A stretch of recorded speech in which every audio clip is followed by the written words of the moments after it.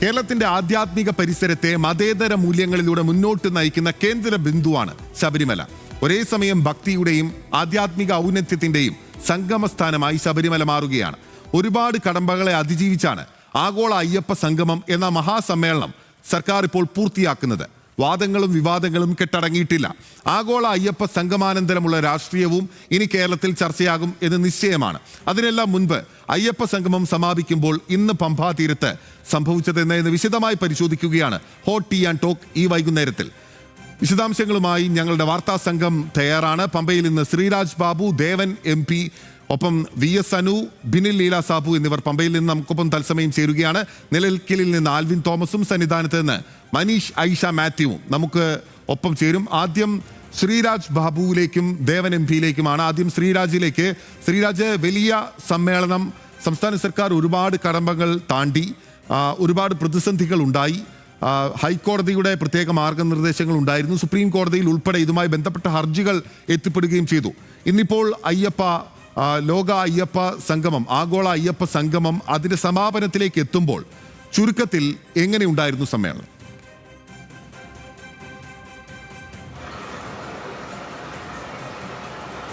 പിന്നിൽ നമുക്കറിയാം 5000-ത്തിലധികം പ്രതിനിധികൾ രജിസ്റ്റർ ചെയ്തു എന്നായിരുന്നു സർക്കാരും ദേവസ്വം ബോർഡും പറഞ്ഞിരുന്നത്. 3500-ലേക്ക് നിജപ്പെടുത്തിയിട്ടുണ്ടായിരുന്നുവെങ്കിലും വലിയ തിരക്ക് രാവിലെ മുതൽ തന്നെ ആഗോള അയ്യപ്പ സംഗമവുമായി ബന്ധപ്പെട്ട് ഇവിടെ അനുഭവപ്പെടുന്നുണ്ടായിരുന്നു.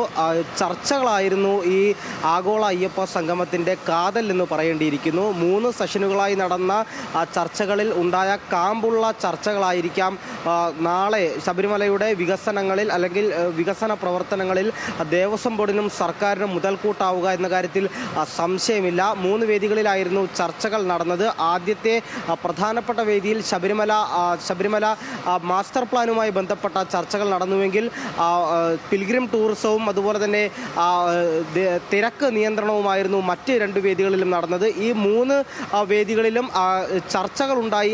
കാര്യമായ ആശയങ്ങൾ ഈ പ്രതിനിധികളായിട്ടുള്ളവർക്ക് പങ്കുവയ്ക്കാൻ സാധിച്ചു എന്നത് തന്നെയാണ് ഈ പരിപാടിയുടെ ഏറ്റവും വലിയ വിജയമായി സർക്കാരും ദേവസ്വം ബോർഡും കണക്കാക്കുന്നത്. നേരത്തെ തന്നെ മന്ത്രി BN വാസവൻ അടക്കമുള്ള ആളുകൾ പറഞ്ഞിരുന്നു, ഇത്തരത്തിൽ ഉയർന്നു വരുന്ന ചർച്ചകൾ വിദഗ്ധ സമിതി പരിശോധിക്കും, വിലയിരുത്തും, ശേഷം ഫണ്ട് കണ്ടെത്തി അക്കാര്യങ്ങളെല്ലാം തന്നെ ആ പദ്ധതിയെല്ലാം തന്നെ നടപ്പിലാക്കാനാണ് സർക്കാർ ദേവസ്വം ബോർഡ് ആലോചിക്കുന്നത് എന്ന് തന്നെ വ്യക്തമാക്കിയിരുന്നു. അതിൻ്റെ അടിസ്ഥാനത്തിൽ ഇപ്പോൾ ഈ ചർച്ചകളെല്ലാം പൂർത്തിയായതിനു ശേഷം ഈ ഉയർന്നു വന്ന അഭിപ്രായങ്ങളെല്ലാം ക്രോഡീകരിച്ച് വിലയിരുത്തുന്നതിന് വേണ്ടിയിട്ട് വിദഗ്ധ സമിതിയിൽ കൈമാറും. ശേഷം അവർ ഇക്കാര്യങ്ങളെല്ലാം വിലയിരുത്തി ഇത് നടപ്പിലാക്കാനുള്ള ശ്രമമാണ് നടക്കുക. ഇതിൽ എനിക്ക് തോന്നുന്നു ഏറ്റവും കാതലുള്ളതും അതുപോലെ തന്നെ ഏറ്റവും പ്രധാനപ്പെട്ടതും പ്രായോഗികവുമായിട്ടുള്ള ചില ചർച്ചകൾ ഉയർന്നു വന്നത് ഈ സന്നിധാനത്തെ പോലീസുമായി ബന്ധപ്പെട്ട ചില കാര്യങ്ങളിലായിരുന്നു. അതായത് ഇവിടേക്ക് എത്തുന്ന ആളുകളുടെ എണ്ണത്തിൽ ഉണ്ടാകുന്ന വർധനവ്, ഓരോ വർഷവും ഇവിടേക്ക് എത്തുന്ന തീർത്ഥാടകരുടെ എണ്ണത്തിൽ വലിയ വർധന ഉണ്ടാകുന്നു. തിരക്ക് പല ഘട്ടങ്ങളിലും നിയന്ത്രിക്കുന്നതിനും അപ്പുറത്തേക്ക് എത്തുന്നു. മാൻ പവർ ഉപയോഗിച്ചുകൊണ്ടാണ് ഇക്കാലം അത്രയും പോലീസ് ഈ തിരക്കെല്ലാം നിയന്ത്രിച്ചതെങ്കിൽ AI സാങ്കേതിക വിദ്യയുടെ സഹായത്തോടുകൂടി വരും വർഷങ്ങളിൽ അല്ലെങ്കിൽ സർക്കാർ മുന്നോട്ട് വയ്ക്കുന്നത് 25 വർഷത്തെ കാലയളവിലേക്കുള്ള കാര്യങ്ങളാണ് മുന്നോട്ട് വയ്ക്കുന്നത്. ഇത്തരത്തിൽ AI സാങ്കേതിക വിദ്യയുടെ അടിസ്ഥാനത്തിൽ കുറെ കൂടി കാര്യക്ഷമമായി ഇക്കാര്യങ്ങളെല്ലാം കൂടുതൽ ഉപയോഗപ്പെടുത്താൻ സാധിക്കുന്ന തരത്തിലുള്ള ചർച്ചകളും വിലയിരുത്തലുകളുമായിരുന്നു ഉണ്ടായി വന്നത്. അതായത് ഇവിടെ എത്തുന്ന ആളുകളുടെ എണ്ണം, ഇവിടെ എത്തുന്ന വാഹനങ്ങളുടെ എണ്ണം, ആ വാഹനത്തിൽ ആരൊക്കെ വരുന്നു, ആ വാഹനത്തിൽ എത്തിയവർ, അങ്ങനത്തെ ഒരുപാട് പ്രതിബന്ധങ്ങൾ അല്ലെങ്കിൽ അങ്ങനത്തെ ഒരുപാട് ഒരുക്കങ്ങൾ, ഒരുപാട് തയ്യാറെടുപ്പുകൾ വേണ്ടിയിരുന്ന ഒരു പ്രധാനപ്പെട്ട സംഗമമായിരുന്നു ശ്രീരാജ് ചൂണ്ടിക്കാട്ടിയ പോലെ. ശ്രീരാജ് നോക്കൂ, ഈ അയ്യപ്പ സംഗമം ഇപ്പോൾ ഏതാണ്ട് അതിൻ്റെ ഒരു പരിസമാപ്തിയിലേക്ക് എത്തുന്നു. ചില സെഷനുകൾ പൂർത്തിയായി. ഇനി എത്ര സെഷനുകളാണ് പൂർത്തിയാവാനുള്ളത്, അല്ലെങ്കിൽ അത് പൂർത്തിയായി കഴിഞ്ഞോ? ആ സെഷനുകളിൽ ഉണ്ടായിട്ടുള്ള ചർച്ചകൾ അത് എത്രത്തോളം ക്രിയാത്മകമായിരുന്നു?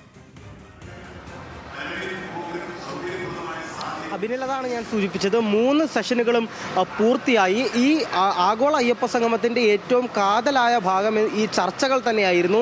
ആ ചർച്ചകളിൽ ഈ പ്രതിനിധികളായിട്ടുള്ള ആളുകൾ ഉയർത്തിയ ചില പോയിന്റുകളെല്ലാം വളരെ ഗുണപ്രദമാകുന്ന രീതിയിൽ, അതായത് ശബരിമല തീർത്ഥാടന കേന്ദ്രത്തിന് വളരെ ഗുണപ്രദമാകുന്ന രീതിയിലുള്ള ചർച്ചകളായിരുന്നു. അതാണ് ഞാൻ ഈ സൂചിപ്പിച്ചതുപോലെ തിരക്ക് നിയന്ത്രണവുമായി ബന്ധപ്പെട്ടുള്ള കാര്യം. മറ്റൊന്ന്, ഈ ഒന്നാം വേദിയിൽ നടന്ന ശബരിമല മാസ്റ്റർ പ്ലാനുമായിട്ട് ബന്ധപ്പെട്ട് നടന്ന ചർച്ചകളിൽ ഉയർന്നു വന്ന പ്രധാന പ്രശ്നം ഇത്തരത്തിൽ പരിസ്ഥിതിയുമായി ബന്ധപ്പെട്ടതായിരുന്നു. ടൈഗർ റിസർവ് കേന്ദ്രത്തിന് ഉള്ളിലാണ് ശബരിമല തീർത്ഥാടന കേന്ദ്രം സ്ഥിതി ചെയ്യുന്നത് എന്ന് നമുക്കറിയാം. അതുകൊണ്ട് തന്നെ പരിസ്ഥിതിയെ കൂടുതൽ കാര്യക്ഷമമായി ഉപയോഗപ്പെടുത്തുക അല്ലെങ്കിൽ അതിൻ്റെ തനത് രീതിയിൽ നിലനിർത്തുക എന്നത് വളരെ പ്രധാനപ്പെട്ട കാര്യമാണ്. അത്തരത്തിലുള്ള ചർച്ചകൾ ഉൾപ്പെടെ ഇവിടെ ഉയർന്നു വന്നു എന്നുള്ളതാണ് ഇതിൽ ഏറ്റവും പ്രധാനപ്പെട്ട കാര്യം. ടൂറിസം, പിൽഗ്രിം ടൂറിസവുമായി ബന്ധപ്പെട്ട കാര്യങ്ങളും അത്തരത്തിലുള്ള ചർച്ചകളും ഉയർന്നു വന്നത് ഭാവിയിൽ ശബരിമലയുടെ ഒരു സമഗ്രമായ വികസനത്തിന് ഉപയോഗപ്രദമാകുന്ന തരത്തിലാണ് എന്ന് തന്നെയാണ് സർക്കാരിൻ്റെയും ദേവസ്വം ബോർഡിൻ്റെയും വിലയിരുത്തൽ ഉള്ളത്. അത്തരത്തിൽ ഉയർന്നു വന്ന ചർച്ചകൾ ഇനി ഒരു പ്രത്യേക സമിതി അത് പരിശോധിക്കുകയും വിലയിരുത്തുകയും ചെയ്യും. ശേഷം ഫണ്ട് കെട്ടുന്നതിലടക്കം പലതരത്തിലുള്ള വിവാദങ്ങളും അല്ലെങ്കിൽ അഭ്യൂഹങ്ങളുമൊക്കെ പറഞ്ഞിരുന്നെങ്കിലും അത്തരത്തിലുള്ള അഭ്യൂഹങ്ങൾക്കെല്ലാം അപ്പുറം സ്പോൺസർമാർ വഴി ഫണ്ട് കണ്ടെത്തുമെന്ന് ദേവസ്വം ബോർഡും സർക്കാരും വ്യക്തമാക്കിയിരുന്നു.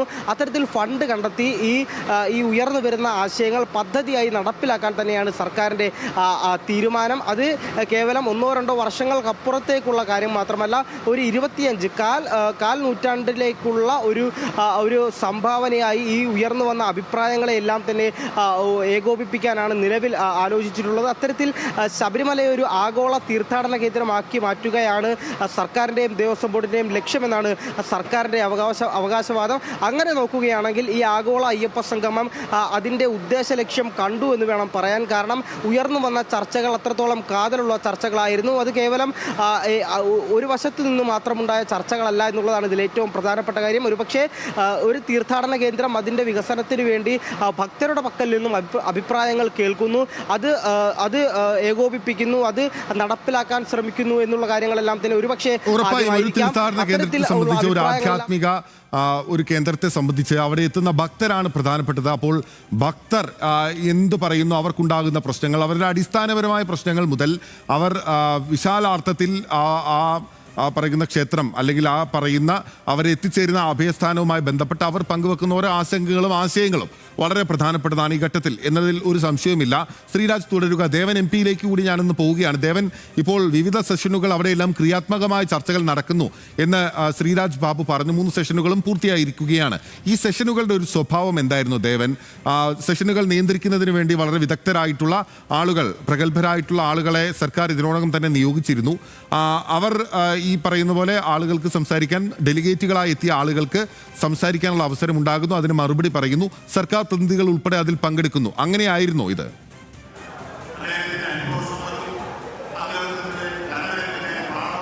ഇതിൽ ആഗോള അയ്യപ്പ സംഗമത്തിന്റെ പ്രധാന ലക്ഷ്യം എന്ന് പറയുന്നത് ഭക്തരിൽ നിന്നും അഭിപ്രായങ്ങൾ ആരാഞ്ഞുകൊണ്ട് ശബരിമലയുടെ സമഗ്ര വികസനത്തിനുള്ള പദ്ധതികൾ രൂപപ്പെടുത്തുക എന്നുള്ളത് തന്നെയായിരുന്നു. അത്തരത്തിൽ തന്നെയായിരുന്നു ഇന്ന് നടന്ന 3 സെഷനുകളും എന്ന് തന്നെ നമുക്ക് പറയാൻ കഴിയും. കാരണം ഞാനിത് പറയുന്നത് വെച്ച് കഴിഞ്ഞാൽ ഇന്ന് ഉച്ചയ്ക്ക് നടന്ന ഈ ആഗോള അയ്യപ്പ സംഗമത്തിലെ ഒരു സെഷൻ എന്ന് പറയുന്നത് ആത്മീയ ടൂറിസം സർക്യൂട്ട് എന്ന് പറയുന്ന ആ ഒരു വിഷയത്തിലായിരുന്നു ചർച്ച നടന്നിരുന്നത്. ഈ ചർച്ച നയിച്ചതാകട്ടെ പ്രധാനമന്ത്രിയുടെ മുൻ പ്രിൻസിപ്പൽ സെക്രട്ടറി ആയിട്ടുള്ള TK നായരും ഒപ്പം തന്നെ കേരള ടൂറിസം സെക്രട്ടറി ആയിട്ടുള്ള ബിജു KA IAS ആയിരുന്നു. ഈ ചർച്ചയുടെ ഭാഗമായി പങ്കെടുത്ത S സ്വാമിനാഥൻ, അതായത് കേരള ട്രാവൽ മാർട്ടിന്റെ സ്ഥാപകൻ, ഒരു സ്വകാര്യ ടൂറിസം മേഖലയുമായി ബന്ധപ്പെട്ട് നിൽക്കുന്ന ആളാണ്.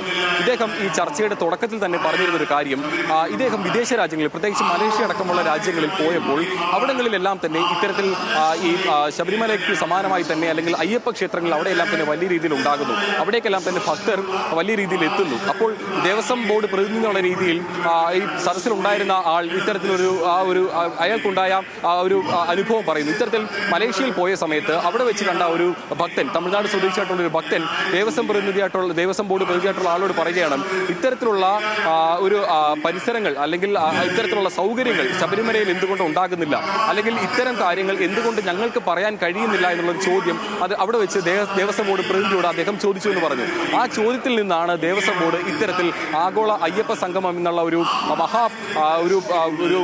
ഒരു പദ്ധതി തന്നെ അല്ലെങ്കിൽ ഒരു പരിപാടി തന്നെ നടത്താൻ തീരുമാനിച്ചതെന്ന് പറഞ്ഞു. അത്തരത്തിൽ തീർച്ചയായും അയ്യപ്പ ഭക്തരെ നേരിട്ട് ബാധിക്കുന്ന വിഷയങ്ങളിൽ ശബരിമലയുടെ വികസനത്തിൽ അവരുടെ ഭാഗം തന്നെ കേട്ടുകൊണ്ടായിരിക്കണം ശബരിമലയുടെ വികസനം നടത്തേണ്ടതെന്നുള്ള കാര്യത്തിൽ സംസ്ഥാന സർക്കാരിന് തീർച്ചയായ വ്യക്തതയുണ്ടായിരുന്നു. കാരണം കഴിഞ്ഞ നീണ്ട വർഷങ്ങളുടെ എടുത്തുകൊണ്ടാണ് ശബരിമല ഇത്തരത്തിൽ വലിയ രീതിയിലുള്ള ഒരു തീർത്ഥാടന കേന്ദ്രമായി മാറുന്നതും അവിടേക്ക് കഴിഞ്ഞ മണ്ഡലകാലത്ത് പോലും 53 ലക്ഷത്തിലധികം ഭക്തർ അവിടേക്ക് എത്തുന്നു. ഇത്തരത്തിൽ വലിയ രീതിയിലുള്ള ഒരു ജനസഞ്ചയം ശബരിമല തീർത്ഥാടന കേന്ദ്രമാക്കി എത്തുമ്പോൾ അവിടെ ആവശ്യം വേണ്ട വേണ്ട അടിസ്ഥാന സൗകര്യങ്ങൾ അല്ലെങ്കിൽ ഭാവിയിലേക്ക് വേണ്ട അടിസ്ഥാന സൗകര്യങ്ങളുടെ വികസനങ്ങൾ എന്തൊക്കെയാവണം എന്നുള്ള കാര്യത്തിൽ തീർച്ചയായും ചർച്ച നടത്തേണ്ട കാര്യമുണ്ട്. അത് തന്നെയായിരുന്നു ആഗോള അയ്യപ്പ സംഗമത്തിന്റെ ലക്ഷ്യവും. അത്തരത്തിൽ ഈ ആത്മീയ സർക്യൂട്ട് പ്രത്യേകിച്ച് നമുക്കറിയാം ഈ ഉത്തരേന്ത്യൻ മേഖലകളിലെല്ലാം തന്നെയും ഈ പ്രത്യേകിച്ചും UP അടക്കമുള്ള സംസ്ഥാനങ്ങളെല്ലാം തന്നെ ഈ കുംഭമേളയും ഒപ്പം തന്നെ അയോധ്യ അടക്കമുള്ള ക്ഷേത്രങ്ങളെല്ലാം തന്നെ ബന്ധിപ്പിച്ചുകൊണ്ട് ഒരു ആത്മീയ സർക്യൂട്ട് ഇത്തരം തീർത്ഥാടന കേന്ദ്രങ്ങളെല്ലാം തന്നെ ഒരു ഭക്തൻ യാത്ര ചെയ്യുകയാണെന്നുണ്ടെങ്കിൽ ഈ തീർത്ഥാടന കേന്ദ്രങ്ങളെല്ലാം തന്നെ സഞ്ചരിച്ചുകൊണ്ടായിരിക്കും ആ ഒരു യാത്ര അവസാനിക്കുന്നത്. അത്തരത്തിൽ കേരളത്തിലും അതിനുള്ള സാധ്യതയുണ്ട്. പ്രത്യേകിച്ചും ദേവസ്വം ബോർഡിന് കീഴിൽ പ്രത്യേകിച്ചും അയ്യപ്പ ക്ഷേത്രങ്ങൾ തന്നെ എടുത്തു കഴിഞ്ഞാൽ കുളത്തൂപ്പുഴയും ആര്യങ്കാവും ഒക്കെയുള്ള ക്ഷേത്രങ്ങൾ എരുമേലി അടക്കമുള്ള ക്ഷേത്രങ്ങളെല്ലാം ബന്ധിപ്പിച്ചുകൊണ്ട് ശബരിമലയും കൂടി അതിലേക്ക് കണക്ട് ചെയ്ത് ഒരു ഡിവോഷണൽ ടൂറിസത്തിനുള്ള സാധ്യത അവിടെ നിലനിൽക്കുകയാണ് ഉത്തരേന്ത്യയിൽ ഉൾപ്പെടെ ഉള്ളതുപോലെ എന്ന സാധ്യതകൾ കൂടി ആഗോള അയ്യപ്പ സംഗമം ചർച്ച ചെയ്തു എന്നുള്ളതാണ് ദേവൻ പറഞ്ഞു വെക്കുന്നത്. ദേവൻ ഒരു കാര്യം കൂടി, ഈ പങ്കെടുത്തിട്ടുള്ള ഡെലിഗേറ്റുകളിൽ തമിഴ്നാട്ടിൽ നിന്നുള്ള 2 മന്ത്രിമാരെ നമുക്ക് ആ ദൃശ്യങ്ങളിൽ കാണാനാകുന്നുണ്ട്. പളനിവേൽ ത്യാഗരാജനും ഒപ്പം തന്നെ അവിടുത്തെ ദേവസ്വം വകുപ്പ് മന്ത്രിയും ഒപ്പം തന്നെ ഇവിടുത്തെ പ്രധാനപ്പെട്ട രാഷ്ട്രീയ ഈ സാമൂഹിക സാംസ്കാരിക മത മേഖലകളിലെ പ്രമുഖരായിട്ടുള്ള സാമുദായിക മേഖലകളിലെ പ്രമുഖരായിട്ടുള്ള ആളുകളെ ഉൾപ്പെടെ നമ്മൾ ആ ദൃശ്യങ്ങളിൽ കണ്ടു. ഈ പങ്കെടുത്തിട്ടുള്ള ഡെലിഗേറ്റുകളുടെ ഒരു സ്വഭാവം, അവർ എവിടെ നിന്നെല്ലാം വന്നവരാണ്, വിദേശ ഡെലിഗേറ്റുകൾ ഉൾപ്പെടെ ഉണ്ടായിരുന്നു എന്ന് പറഞ്ഞല്ലോ.